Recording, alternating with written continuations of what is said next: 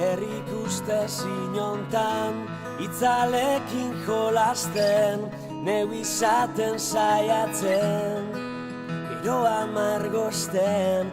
Muy buenas a todos y bienvenidos a mi canal. Bienvenidos al análisis de los episodios 3, 4 y 5 de la serie Patria de HBO. Recordaros que el análisis de los episodios 1 y 2 los tenéis disponibles en mi canal y os los dejaré por aquí o por las tarjetitas para que podáis verlo y las explicaciones que tienen que ver con cosas que salen en esos episodios. La serie sigue en la tónica de lo que nos mostró en los primeros capítulos, mostrándonos ese crudo drama que se vivió en Euskal Herria y también las heridas que aún quedan por cerrar con respecto a ello. La serie muestra bastantes cosas que yo veo con curiosidad, con ese querer conocer ciertos detalles de esa historia. Como siempre entraremos a hablar de ello, a analizarlo con respeto, espero en los comentarios. Es una serie que da para la polémica, pero yo no voy a entrar en esas cosas, voy a intentar comentar las cosas que veo, explicación como siempre que pueda haber detrás de cada acción y luego pues como siempre, juzgar o no es cosa vuestra y comentar lo que os parece pues también siempre viene muy bien en los comentarios. Así que vamos allá con los episodios 3, 4 y 5 de Patria.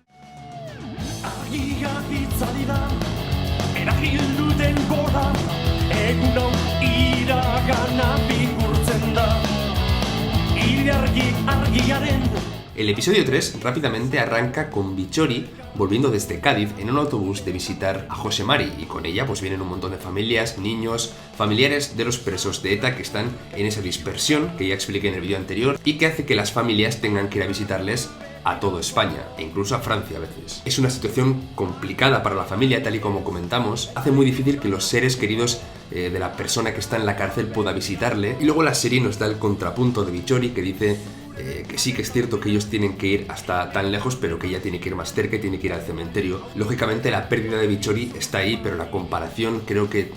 no es tan poco apropiada porque lo cierto es que Bitxori ha perdido a alguien a manos de un etarra y ese etarra lógicamente tiene que pagar. La pregunta que surge un poco es por qué la familia del etarra tiene que pagar también. Ellos no son los asesinos y ellos son los que están también sufriendo de alguna forma yendo a visitarles hasta tan lejos. Con lo cual el dolor de Bitxori existe, es real y es gravísimo, pero el de Miren y el de ese niño, por ejemplo, que está visitando a su aita en Cádiz, también es muy complicado, con lo cual creo que el objetivo de toda esta situación debería ser minimizar el dolor en general. El de Bitxori se minimizaría con esa reparación y esa verdad, y quizá el de Miren y el de todas esas familias pues sería acercar a esos presos más cerca únicamente para que puedan visitarles sin esos viajes tan largos. Otra de las cosas también que se nos muestra en esta serie es la frialdad y el desprecio también que acababan por tener la policía con respecto a cualquier cosa que tuviera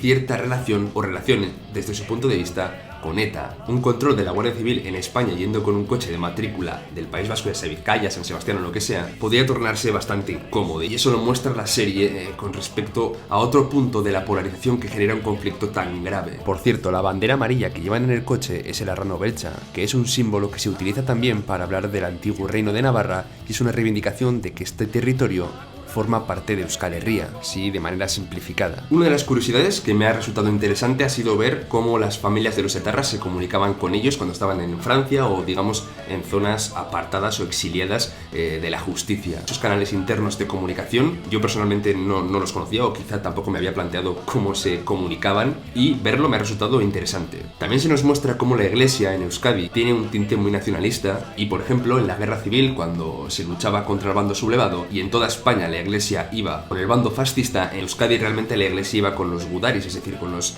luchadores republicanos. Esto se traduce en que después la iglesia esté bastante apegada al bando nacionalista, pero no sé hasta qué punto la imagen que se da de la iglesia en este capítulo es totalmente real. Sí que habría, lógicamente, curas que estaban a favor de la lucha armada, pero lo que voy es que queda como representación de casi la iglesia en Euskadi y obviamente habría muchísimos curas quienes quizás sí tenían ideas sobre Euskal Herria y sobre el nacionalismo, pero que no compartían esos objetivos mediante la lucha armada. Porque esa es al final la diferencia. Las ideas sobre el euskera, sobre el nacionalismo, sobre la identidad, incluso Euskal Herria, son totalmente lícitas. El problema viene cuando el camino que eliges es un camino como el que ETA eligió.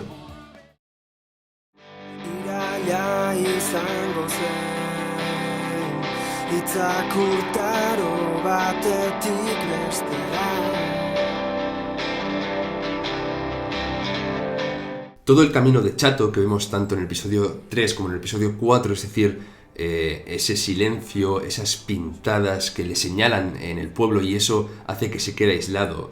haciendo que Josean, incluso su amigo, el marido de Miren, no se atreva a estar cerca de él. El tema es que realmente todas las personas que se alejaban de Chato en ese momento no lo hacían porque fueran etarras y estuvieran en contra de él, sino por ese miedo y esa sensación de que te vieran cerca de alguien que ETA estaba señalando. Después de ese rechazo, lo que viene es su muerte, y sinceramente esa etapa final de su vida es un camino durísimo, es un camino que la serie refleja con mucha crudeza y además creo que también con bastante veracidad. La escena de las bicicletas es bastante simbólica, cómo le dejan atrás a Chato, que Chato ya sabíamos que tampoco era un ciclista demasiado en forma por alguna escena que hayamos tenido, y en este capítulo le dejan atrás sin ningún tipo de reparo, y es un poco una metáfora de cómo la gente se alejaba,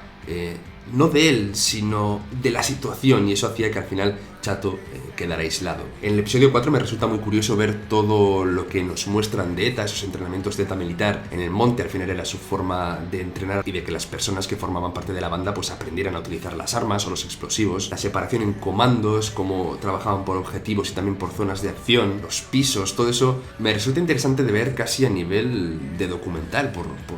entender un poco cómo pasaban ese tipo de cosas. Ver cómo José Mari rompe esa barrera de matar a alguien y realmente cometer su primer delito de sangre con la banda terrorista. Pensar en qué ha podido llevar a ese joven hasta ese momento y qué le ha inducido a llegar a cometer ese asesinato a sangre fría. Lo real y tangible incluso que supone la muerte y cómo después de apretar el gatillo ya no hay vuelta atrás. Muy interesante también el concepto de los mugalaris, como para cruzar desde Francia a Euskadi había esas personas que guiaban, digamos, a los etarras a través del monte para evitar carreteras o aduanas que pudieran detectarles. En este capítulo también se nos muestra el asesinato de Josu Muguruza por parte del GAL. Josu Muguruza era alguien que se estuvo vinculado con ETA, pero que después en los juicios no se pudo demostrar, cumplió algunos meses de condena, pero después él optó por la vía política y fue asesinado. Esto trajo un revuelo muy grande en Euskadi, tal y como se muestra en la serie, porque realmente se estaba asistiendo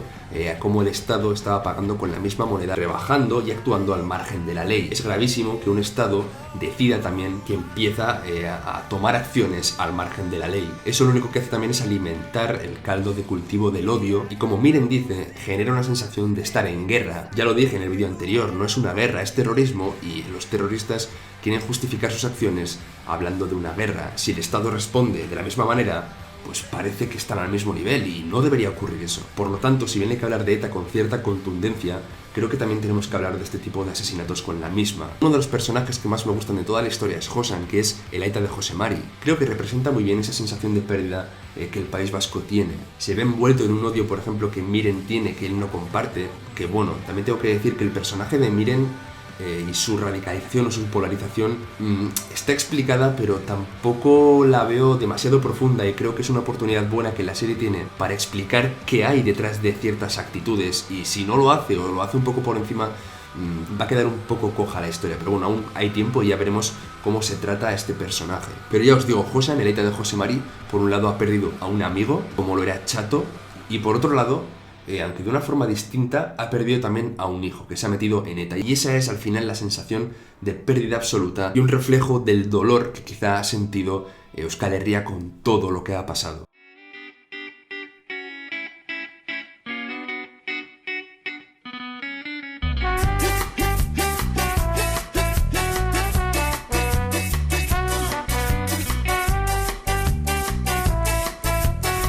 El episodio 5 se centra un poco en hablarnos de la familia de José Mari, concretamente de sus hermanos, de Arantxa y de Gorka, la historia de Arantxa y cómo se echa un novio de Rentería, cuya familia es de Salamanca, y cómo eso está visto un poco con ojos escépticos por parte de quienes son un poco más abertzales. También es una realidad, creo que eso realmente ahora ya no existe, o bueno, si existe, creo que ya no representa la actitud, digamos, abierta que tiene el pueblo vasco con respecto a todo el mundo que llega. Aunque luego sí que me ha gustado un tema del que hablan Gorka, el hermano de José Mari, y el cura. Gorka escribe, Gorka hace poesía en euskera, y el cura le dice que es su deber escribir en euskera porque es un idioma que está muy debilitado y que el tiempo pues parece que solo va mermando con respecto a la influencia de otros idiomas. Digamos que no se consigue que tenga la fuerza que debería hoy en día. Las medidas para reforzarlo desde el gobierno vasco, ya que es un idioma oficial, son muy necesarias, y que tenga presencia en todo lo que tenga que ver con la administración pública tiene toda su lógica. Ahora bien, creo que no es responsabilidad de nadie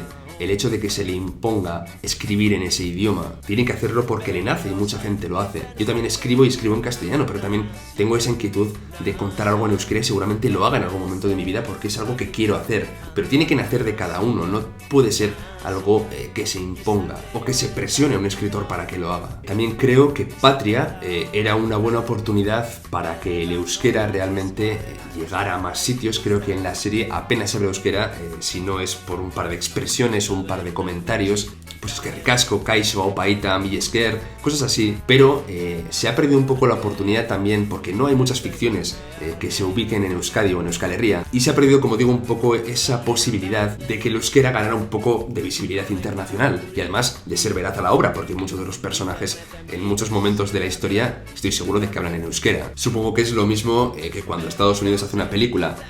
ubicada en Japón y todo el mundo habla inglés, cuando realmente sabes que todo el mundo estaría hablando en japonés. Creo que es algo parecido, pero a nivel personal sí que siento que se ha perdido pues esa oportunidad de mostrar realmente tal y como se habla aquí, de enseñar el euskera y de ser además más verídico con respecto a cómo los personajes hablan de verdad en ciertos ambientes o en ciertas situaciones. Sobre la posible radicalización de Gorka, vemos cómo únicamente estando con ciertas compañías o dejándote llevar a ciertas situaciones concretas podías acercarte bastante a la banda. Su decisión es valiente y es marcharse de ese entorno, y luego habla de ese silencio que ya mencioné en el primer análisis, de cómo bien por cierta complicidad, bien por cierta sensación de que no va contigo, bien por miedo, cómo ese silencio lo impregna todo. Lo vemos claramente en El Camino de Chato y creo que está reflejado en esta serie por la lluvia. Esa lluvia que se lleva la sangre y es como si nada hubiera pasado. La relación entre Arantxa y Bitxori me gusta mucho. El hecho de que Jose Mari no esté arrepentido de estar en ETA también es una realidad. Sí que es cierto que hay etarras que están arrepentidos y que han dado pasos en distintas direcciones para la reconciliación, pero hay otros que no. Pero creo, y sin haber leído el libro, creo que en esa relación de Arantxa y Bitxori va a estar la clave, ese puente para cierta reconciliación o cierto acercamiento, o al menos el hecho de que Bitxori pueda encontrar esa verdad tan importante para cerrar la herida que tiene. Y nada, eso ha sido todo por hoy. Creo que Patria sigue acercándonos a un tema complicado, creo que además sigue tratando con cierto ojo crítico, o al menos exponiéndonoslo con cierto ojo crítico para que nosotros juzguemos de alguna forma o quizá entendamos distintas situaciones. Dos grandes series españolas de este año, tanto Antidisturbios como Patria, están siendo un poco polémicas porque nos acercan temas complicados y temas que nos dan que pensar y nos hacen ver situaciones incómodas a las que nos tenemos que exponer y ver ciertas partes que no nos gustan para tener que entenderlo, que por cierto tengo el análisis de Antidisturbios por aquí, si no lo habéis visto es una buena serie que también os recomiendo. Así que nada, lo mejor es siempre ver las series, después ver qué se nos cuenta y tener nosotros ese ojo crítico de decir, vale, esto creo que está bien, esto creo que está mal, esto me convence, esto no, esto creo que está bien representado. De momento no tengo mucho que reprocharle a Patria, así que es cierto que me gustaría que se hablara un poco más también del conflicto con respecto a la identidad vasca. No hay una representación no simplificada de lo que significa el euskera o de lo que significa quizá la identidad para alguien de Euskadi, cosa que sí está siendo más profunda con respecto a Bitxori y esa sensación de no pertenencia o de estar desplazado de esta situación. Así que nada, como siempre, contadme qué os está pareciendo la serie, suscripción, que nunca viene mal, un like, comentario, siempre con respeto, que estamos hablando de un tema complicado y el primer vídeo creo que la gente ha hablado con cierta serenidad y lo agradezco. Un abrazo a todos y nos vemos dentro de poco por el canal.